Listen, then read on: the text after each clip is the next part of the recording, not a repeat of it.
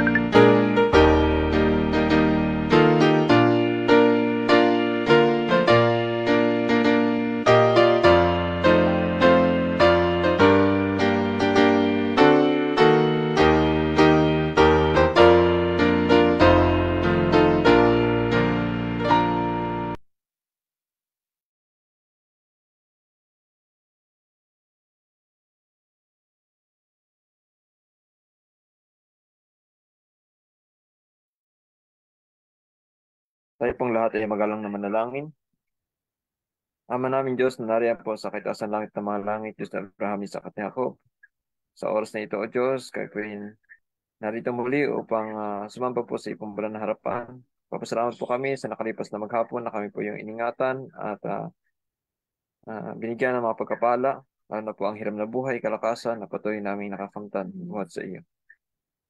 Sa oras na ito, patuloy ang aming pong pagsamo sa iyo na pakalinisin ang bawat isa po sa amin.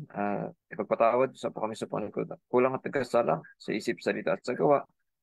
Sa gayon, O Diyos, ay maging karapat-dapat kami sa pagharap po sa iyo. sa aking pong pagsamba sa gabi ito. Dalangin din po namin sa iyo ang pong programa, pagpalain mo po nawa, at nawa, ihatid ng mga kaluluwa na nais mo po makapakinig ng iyong pong salita sa gabi ito. At ganoon din po pagpalain ng aming pong tagapagsalita, na iyong pong gagamitin pong magsalita sa amin ng iyong mga katotohanan. Dalangin po namin sa inyo nawa, puspusin siya ng Banal na Espiritu, na mangusap sa amin sa ayon po sa mga salita na iyo pong nais na pong marinig. At dalangin po namin sa iyo na nawa kapayapaan sa amin. Patuloy din po ingatan ay pong mga kapatid sa panumpatan, hindi pa namin kapiling. At ganoon din po ay pumamahal sa buhay. Maraming po salamat sa pagtulong sa aming dalangin lahat ng sinasama. Walang alap po sa ipumutong na anak ay po kayo sa Jesus. Amen. Amen.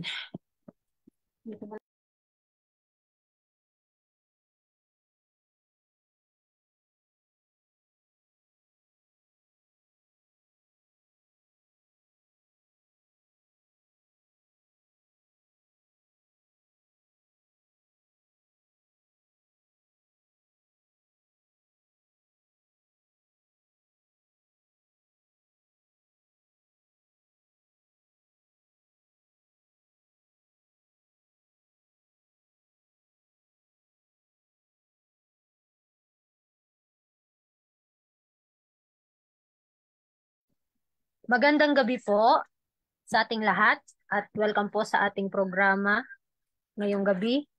Ang ating tatalakayin is makikita pa rin sa From the Heart, December 3, A Voice in the Wilderness. So matutunghayan at malalaman natin dito ang istorya ng buhay ni John the Baptist na kung saan ay inihanda inihanda ang ah, ang pagparito ng ating Panginoon. So, sabi sa ating K-text, sa Matthew chapter 3 verse 3, this is he who was spoken of by the prophet Isaiah, saying, the voice of one crying in the wilderness, prepare the way of the Lord, make his path straight. Dito mga kapatid, mga tutunghayan natin na habang nagsasalita ang propeta Isaias na nagsasabi na ito ang tinig na sumisigaw sa ilang na ihanda ang daan ng Panginoon at tuwirin natin ang kanyang mga landas.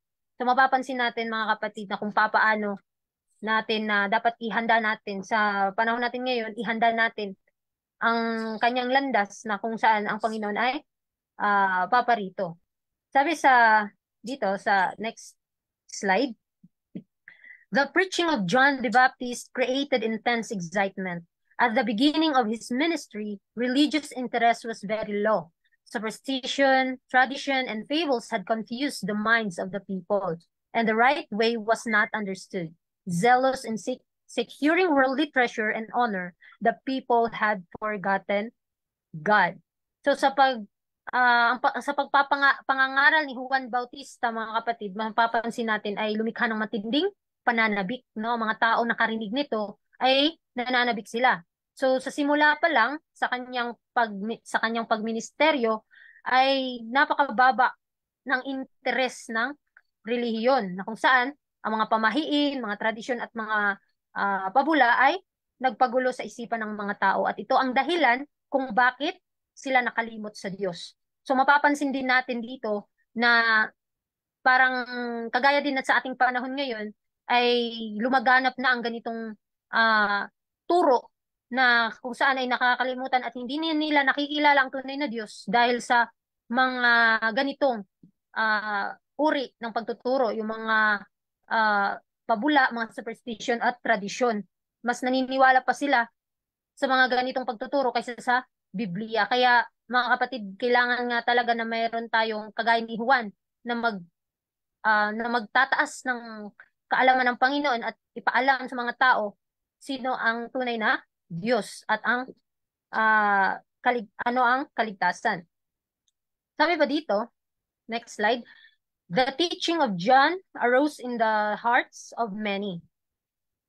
A great desire to have a part in the blessings that Christ was to bring, and they received the truth. This saw the need of reform. They must not only seek to enter in at the straight gate, they must strive and agonize in order to have the blessings of the gospel. So sa pagtuturo po ni Juan pumukaw sa mga puso ng mga tao. So marami po ang nagnanais na magkaroon ng bahagi sa pagpapalang ibinigay ni Kristo. At tinanggap nila ang katotohanan. So, kung kapag tayo ay magpapagamit sa Panginoon, mga kapatid, dadalhin po tayo ng Panginoon dun sa mga tao o dun sa lugar na kung saan ay tatanggapin tayo. Kasi mapapansin natin na ang katotohanan, kapag tayo ay nagpagamit dito, lalo na sa kanyang gawain, ay talagang ihahatid tayo ng Panginoon sa mga lugar at sa mga tao na willing na makinig nito. So nakita ng mga ito ang pangangailangan ng reforma. So kailangan po din natin yung pagbabago. Kailangan maipakita din sa ating buhay at mapapansin din natin na hindi lamang sila o hindi lamang tayo dapat maghangad na makapasok no sa makikipot na daan, kundi dapat din tayong magsikap at magdusa para matamo ang pagpapala ng ebanghelyo. So hindi natin mapapansin din natin dito na tayo ay nagsusumikap na makapasok hindi lamang sa makipot na daan, kundi kung paano natin isabuhay yung bawat palatuntunan at paalala at babala ng Panginoon sa atin at kung paano natin baguhin, especially ang ating sarili at kung paano din nating ma-overcome ang ating mga weakness. Kasi po, in a process po ito. Kung tayo ay tatahak sa landas ng ating Panginoon, makikita natin na mas nakikita natin ang ating sarili na napakahina. At yun po ang dahilan kaya po ay patuloy tayong lumapit sa Kanya. So, next slide. Nothing save a vehement desire, a determined will, and fixedness of purpose could resist the moral darkness that covered the earth as the pall of death. In order to obtain the blessings that it was their privilege to have, they must work earnestly. They must deny self. So, napakaganda po na walang anumang mga maliban sa isang matinding pagnanasa. Kapag willing na nating sumunod sa Panginoon at determinado na tayong isurrender sa Kanya, italaga sa Kanya ang lahat ng ating nakamit, isang katatagan ng layunin ang ating ang maaari nating mapaglabanan. So ang moral na kadiliman po na tumatakip sa mundo, ito po ang lilim ng kamatayan na kung saan ito po ay dapat nating paglabanan. Upang matamo natin ang pagpapala ng pribilehiyong nakamtan natin, kailangan nating magtrabaho no, ng mataimtim. So, kailangan nating itakwil ang ating sarili. So, hindi po ito basta-basta. Kasi ang Panginoon nga mismo ang nanagumpay sa ganitong uri ng pakikipaglaban. Ang atin lang ay kailangan nating sumunod at siya ang gawin nating ehemplo, siya lang naman ang ating halimbawa sa ating buhay at siya lang din ang titigan natin sa ating pang-araw-araw na pamumuhay na kung saan sa ating sarili hindi po natin ito magagawa. Subalit ang Panginoon ay nagpapakita na siya ang ating kailangan sa laban na ito. So, sabi pa dito, next slide. The work of John the Baptist represents the work for these times. His work and the work of those who go forth in the spirit and power of Elijah to arouse the people from their apathy are the same in many respects. Christ is to come the second time to judge the world in righteousness.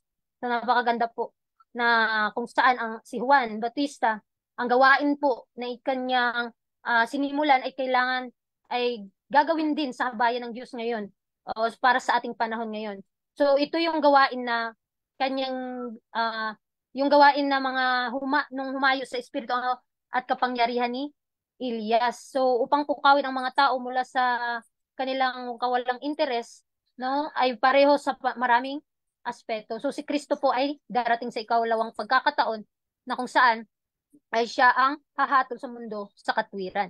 Kaya tayo mismo na nakakaalam ng katotohanan, kailangan nating kilalanin ang ating sarili, kilalanin sino ang Diyos nating pinaglilingkuran upang sa araw-araw nating pamumuhay ay meron tayong batayan o meron tayong pruweba sa ating na tayo ay sumusunod sa ating Panginoon kasi hindi naman po basta-basta ang landas na ito. Kung wala po tayong pananampalataya sa ating Panginoon, ay wala din pong kabuluhan ang ating buhay dito sa mundo dahil ang purpose po ng ating pamumuhay dito sa mundo ay makamit natin ang katwiran ng ating Panginoon. nagpa-practice lang po tayo ano yung ikabubuhay natin doon sa langit, kung ano ang gagawin natin sa langit, kailangan dito pa lang sa lupa, ay mapabanal na tayo ng kanyang salita. So, sabi pa sa next slide po. The messengers of God who bear the last message of warning to be given to the world, as are to prepare the way of Christ for Christ's second advent, as John prepared the way for his first advent. So matutunghayan natin dito na ang mensahe o mga mensahero ng Diyos ay kailangan magdala sa huling mensahe ng babala at ipaalam sa mga tao o sa sanlibutan ang patungkol sa pagparito ng ating Panginoon, kagaya ng ginawa ni Juan noong unang pagdating ng Panginoon. So kailangan, paano natin ihahanda ang daan ng Panginoon sa kanyang ikalawang pagparito? Tayo, minsan tayo nagsasabi na naghihintay tayo sa kanyang pagparito. So kailangan po meron tayong gagawin. So ano po ang dapat natin gawin habang tayo naghihintay sa kanya? So paano natin inihahanda ang ating sarili, ang ating mga pang-araw-araw nating pamumuhay, paano natin ginagawang niluluwalhati ang Panginoon. So, paalala po ito sa atin na kailangan habang tayo naghihintay sa kanyang pagdating ay talagang tayo rin po ay maghanda. Maghanda po tayo sa kanyang pagdating kasi ito lang naman po ang tanging hiling ng ating Panginoon na ma-apply natin yung mga bagay na kanyang binibigay sa atin. Yung mga paalala niya ay kailangan din nating isa puso't isa isip ang lahat ng bagay na ito upang ating masunod. At siya ay darating. At hindi na po magtatagal ito. So kailangan po tayo ay maghanda at hindi na po natin sasayangin ang mga pagkakataon at pribilehiyo na binigay ng ating Panginoon. Next slide po. If the kingdom of heaven suffered violence in the days of John, it suffers violence now. Today, the blessings of the gospel must be secure in the same way. If form and ceremony were of no avail, then a form of godliness without the power can be of no avail now. So mapapansin natin na yung kaharian ng langit ay talagang dadanas ng karahasan noong mga araw ni Juan. At mas lalong dadanas din ng karahasan sa panahon natin ngayon. Kung saan, ang mga pagpapala ng ebanghelyo ay dapat na matiyak sa parehong paraan. Kung ang anyo ng mga seremonya at ay walang kabuluhan noon, ang isang anyo ng kabanalan na walang kapangyarihan ay maaring walang pakinabang ngayon. So, kahit na anong ilang beses mo na itong sinasabi sa mga tao at kung hindi ito maipapakita sa ating pag-uugali, sa ating pang-araw-araw na buhay, ay magiging wala din pong silbi. Dahil po, we are spectacles in heaven, mga kapatid, in angels and to men. Kailangan ano yung mga sinasabi natin sa kanila ay dapat may pakita ito sa ating mga gawa, sa ating mga kilos. Pero nagsisimula po ito sa ating pag-iisip. Ano po yung laman ng ating pag-iisip? Ito po yung papasok sa ating puso at magiging habit na natin at magiging karakter na po natin. At yung karakter po natin, ito po yung magdidistin sa ating patutunguhan. At kailangan po na maging looking unto Jesus lang po tayo, mga kapatid, upang hindi tayo magkasala laban sa Kanya at ang Kanyang mga paalala at Kanyang salita ay maibaon sa ating puso upang sa Kanyang pagparito ay makahanda tayo at makatayo tayo, lalo na sa mga huling araw. So, ito po ang ating laging tatandaan na ang hinihintay lamang ng buong langit ay yung ma-apply na natin ang kanyang karakter. So, next slide po, sabi dito. Two powers are at work. On the one side, Satan is working with all his forces to counterwork the influence of the work of God. On the other hand, God is working through his servants to call sinners to repentance. Which will prevail? Satan, knowing that his time is short, has come down with great power and is working with all deceivableness of unrighteousness in them that perish. So, dalawa lamang po ang... Day, nawala ta, day. Ay naman, pag-connect para hindi tayo mawala. Ako nag-connect na. Tara. Okay po. Okay. Okay.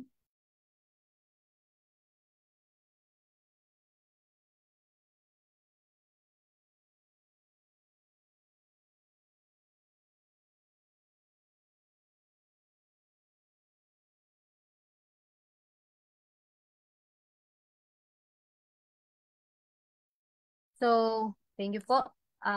Para po sa ating pagpapatuloy, nalalaman natin na sa mga huling araw ay dalawa lamang ang kapangyarihan ang gumagana. So, saan po tayo dito? Sa isang panig ay ang kaaway at ang isang panig naman po ay ang Diyos. So, kung hindi po natin pipiliin ang gawain ng Panginoon, possible ang gawain po ng kaaway ang ginagawa natin. Kaya maging aware po tayo sa bagay na ito, pinapaalalahanan po tayo ng Panginoon sa mangyayari po sa mga huling araw upang ang ating pananampalataya at pagtitiwala sa Kanya ah, ay makamit din natin yung pagpapala niya at sa araw-araw nating pamumuhay na dapat maging aware po tayo kasi yung gawain po ng Diyos ay napaka lawak, no? So kulang-kulang po ng mga kamanggagawa. So sa kabilang banda po ay ang Diyos ang gumagawa sa pamamagitan ng kanyang lingkod na upang tawagin ang mga makasalanan sa pagsisisi. So ito po yung tanging gusto ng Panginoon na ang lahat ng mga makasalanan ay magsisi at manumbalik at patatawarin ang kanilang mga kasalanan at babaguhin sila. So, alin ang mananaig? Sa pagkaalam na ang kanyang panahon ay maikli, itong ang ating kaaway, nalalaman natin na napakaikli na po ang panahon, ay bumababa na may dakilang kapangyarihan. At ito po yung gumagawa sa lahat ng daya ng kalikuan at sa kanila na napapahamak. So mapapansin po natin kung titingin po tayo sa ating mga kaibigan, sa ating mga tao sa mundo, alam po natin na ang ating mundo ay malapit ng mapahamak. Ano po ang dapat nating gawin upang sila ay maligtas? So sa ating buhay, dapat po nating maipakita ang karakter ng ating Panginoon. Ito lamang po ang ating tanging pag-asa upang ah, ang mga nasa kadiliman ay maihatid at matahak natin sila sa kaliwanagan at maintindihan nila ang kaligtasan upang sila ay makakamit din nito. So, next slide po. Every agent that he can employ, he is using to prevent souls from coming to the light. The victories we gain over self and sin are gained at the expense of the enemy. And he will not let us enjoy the blessings of God without making determined efforts to resist us. So, mapapansin din natin dito na yung mga ahente po na maaari niyang gamitin sa gawain ay ginagamit niya upang pigilan ang mga kaluluwa na lumapit sa liwanag. Itong ating kaaway, mga kapatid, talagang nagsusumikap talaga siya. So, ang ating dapat gawin, paano natin ipapaalam ang katotohanan sa mundo na ang kaaway nga natin nagsusumikap. Kailangan din po tayo bilang bayan ng Diyos ay kailangan ay mas doblehin po natin ang ating pagsisikap at makipag-cooperate po tayo sa ahente ng langit na kung saan ay maihatid natin ang kaligtasan sa mundo. So sabi pa dyan na ang tagumpay po na matatamo natin laban sa sarili, no, hindi po basta-basta ito. At kasalanan ay matatamo sa kapinsalaan ng kaaway. So at hindi niya kahayaang tamasahin natin ang mga pagpapala ng Diyos nang hindi gumagawa ng determinadong pagsisikap na labanan tayo. So ngayon napapansin natin na tumataas ang ating mundo at tumataas ang ating panahon, ngunit ang ating mundo ay sumasama na rin. So kailangan maging aware po tayo kasi tayo mismo ang nakakaalam ng katotohanan. Hindi lamang hanggang sa pagdinig lamang ito, kundi kailangan ipahatid at i-share po natin ito sa mga taong hindi pa nakakaalam. Dahil the more kang nagbibigay, the more din po tayo makakatanggap nito. So, tandaan lamang po natin na ang pagpapala ng ating Panginoon ay unlimited. Hindi po ito mauubos. Kailangan po natin itong gamitin sa kanyang gawain upang maipahatid sa mga tao ang katotohanan, ang pagbabalik loob sa kanya at mabago tayo, no? Upang makahanda din tayo sa mga huling araw. So mapapansin po natin sa ating napag-aralan sa gabing ito na yung paghahanda ng daan ng Diyos sa una niyang pagparito ay kailangan din nating gawin sa paghahanda ngayon sa kanyang ikalawang pagparito. Na kung saan ginamit ng Diyos, ginamit ng Panginoon si Juan Bautista upang maihanda ang kanyang tatahakin at dumating na ang ating Panginoon. So, kaya ngayon, kung itatanong natin sa ating sarili, nagpapagamit po ba tayo sa kanyang gawain? Tumugon na po tayo sa kanyang panawagan? na kung saan naman po tayo dinala ng Panginoon, na doon po tayo gagawa.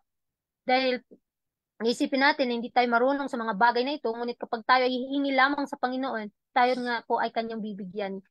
Kapag ito ay ikaluwalhati sa kanya at magagamit sa kanyang gawain. So sa gabing ito mga kapatid, nawa ay atin pong maintindihan kung gaano tayo minahal ng Panginoon at napakalawak po ang kanyang gawain at kailangan po nating gumawa ng taus-puso upang tayo ay pagpalain. So maraming salamat sa inyong pakikinig at God bless po sa ating lahat.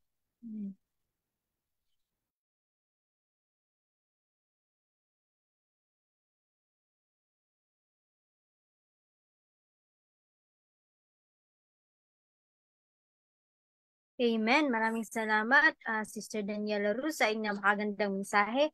So, tunay nga ang ating kaaway ay nagdodoble kayo din siya para upang tayo ay hindi po makapunta sa langit. Sabi nga niya dito on the one side, Satan is working with all his forces to counterwork the influence of the work of God. On the other hand, God is working through his servants to call sinners to repentance, which will prevail. Satan, knowing that his time is short, has come down with great power and is working with all deceivableness of unrighteousness in them that perish. Every agent that he can employ, he is using to prevent souls from coming to the light. So, ginagawa niya din ang lahat upang yung mga taong nakatanggap ng salita ng Panginoon ay ginagawa niya din ang lahat upang hindi mapunta sa tamang landas yung mga tao. Sabi nga, di ba, ah, ang dalan papunta ng langit ay masyadong makipot at ang daan naman papunta sa ah, kapahamakan ay masyadong malawak at napakaganda ng daan. Pero alin po ang ating pipiliin? Sa ngayong gabi po tayo ay pinaalalahanan ng Panginoon na tayo ay piliin ang tamang landas. Kahit na anong gawin ni Satanas, kasi nga sabi nga na siya ay isang parang leon na gutom na naghahanap ng makakain. At ngayon po, meron po bang magdaragdag? Dito sa kasamahan ko sa Zoom, meron po bang magdaragdag?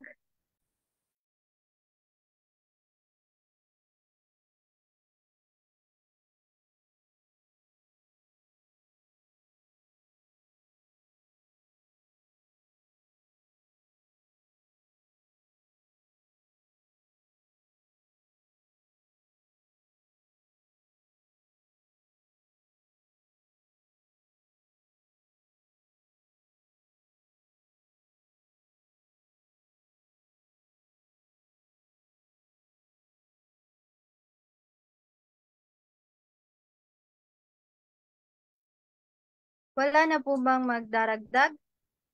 Sa tumpa po, wala na po ba?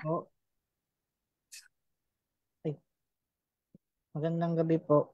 Napakaganda nga po ng ating devotional ngayong gabi.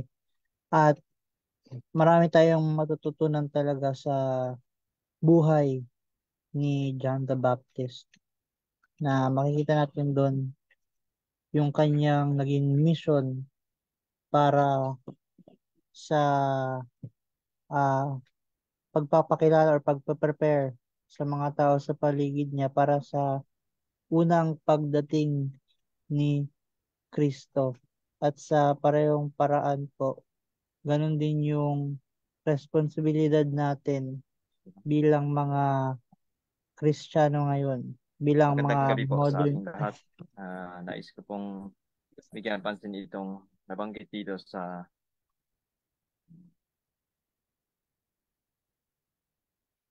pang-apat na paragraph. Sabi dito, the work of John the Baptist represent the work for this time. His work and the work of those who go forth in the spirit and the power of Elijah to arouse the people from their apathy. Nagsasalita daw si Kuya Alden. Ay, si Kuya Alden. Nagsasalita daw si Kuya Alden.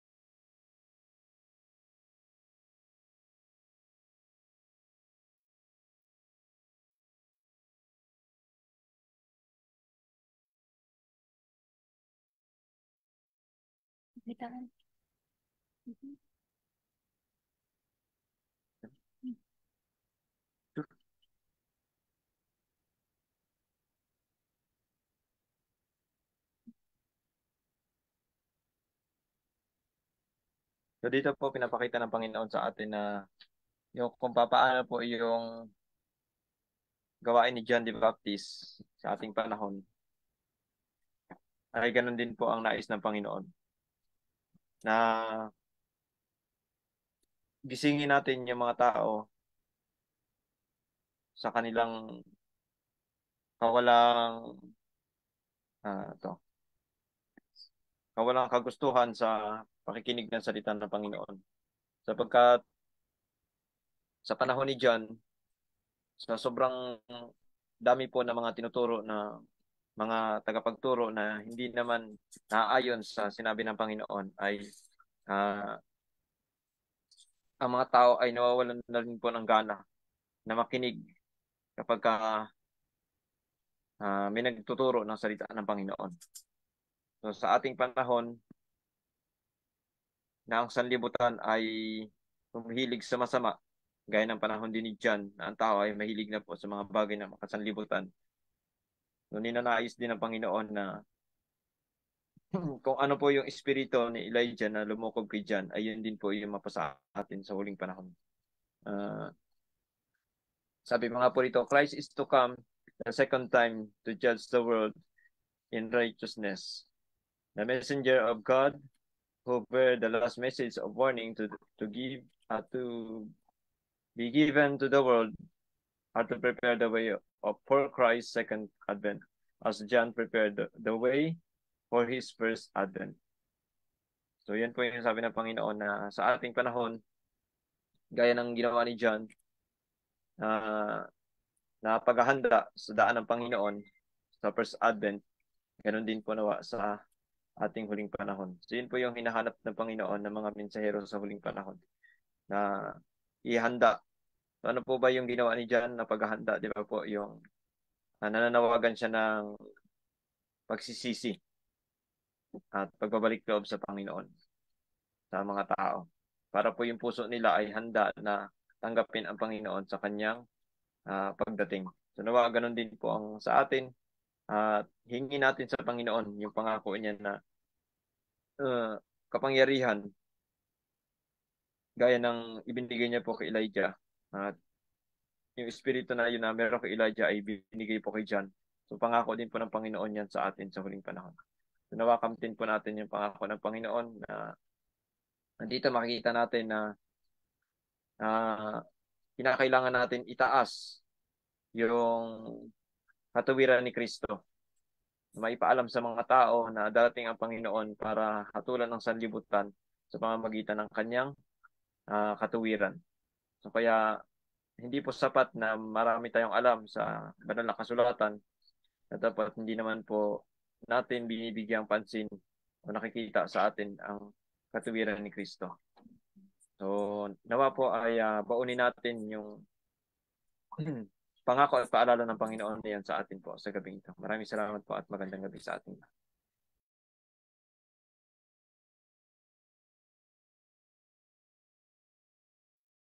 Amen. Maraming salamat po, Brother Joseph Ugarte, sa iyong dagdag. At meron pa po ba, Sister Tricia? At sa mga taga-Cotabato, may dagdag po ba kayo?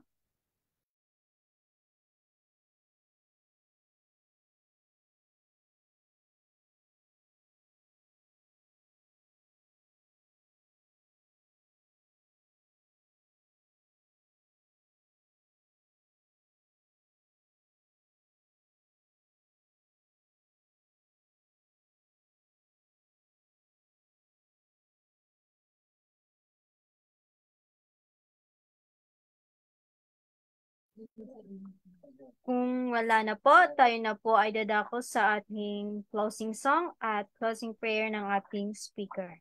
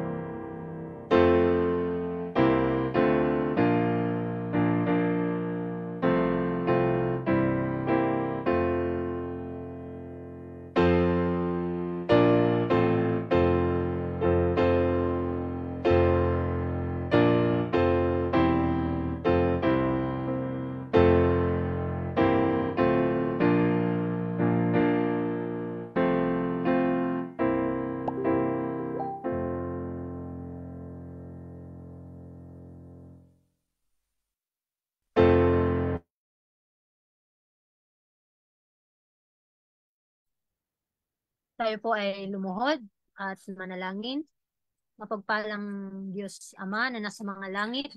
Maraming salamat, Panginoon, sa buhay at lakas niyo pong pinagkaloob sa amin at sa salita na inyo pong pinahatid sa amin na ito po ay nagpapaalala patungkol sa paghahanda sa inyong pagparito. Tulungan niyo po kami, Panginoon, na sa aming mga pang-araw-araw na buhay ay maging handa kami sa paghaharap sa inyong harapan.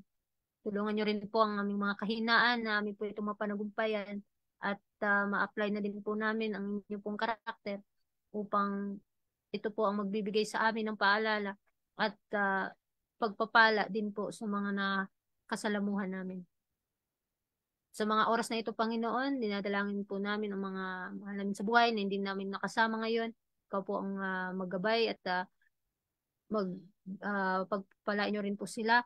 At sa amin din po dito, ikaw po ang manguna sa pang-araw-araw naming pamumuhay. At mapanagumpayan po ang lahat naming mga kay weakness. Salamat, Panginoon, sa pagdinig ng aming dalangin. Patawad po sa lahat naming pagkukulang, pagkakasala, sa isip, salita at sa gawa.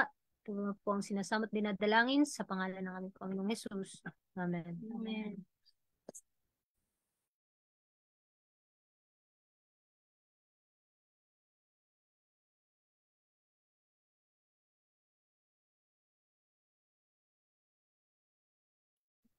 Amen. Maraming salamat po sa inyong pag-join dito sa ating daily evening devotional at sa mga nanonood sa Facebook Live. Maraming salamat po. Nawa ay meron tayong napulot na mensahe na magpapaiwan ito sa ating puso't isipan na maging gabay natin sa pang-araw-araw natin na pamumuhay. At inimbitan ko po kayo sa aming daily morning devotional alas 5 ng umaga at daily evening devotional alas 6 ng gabi.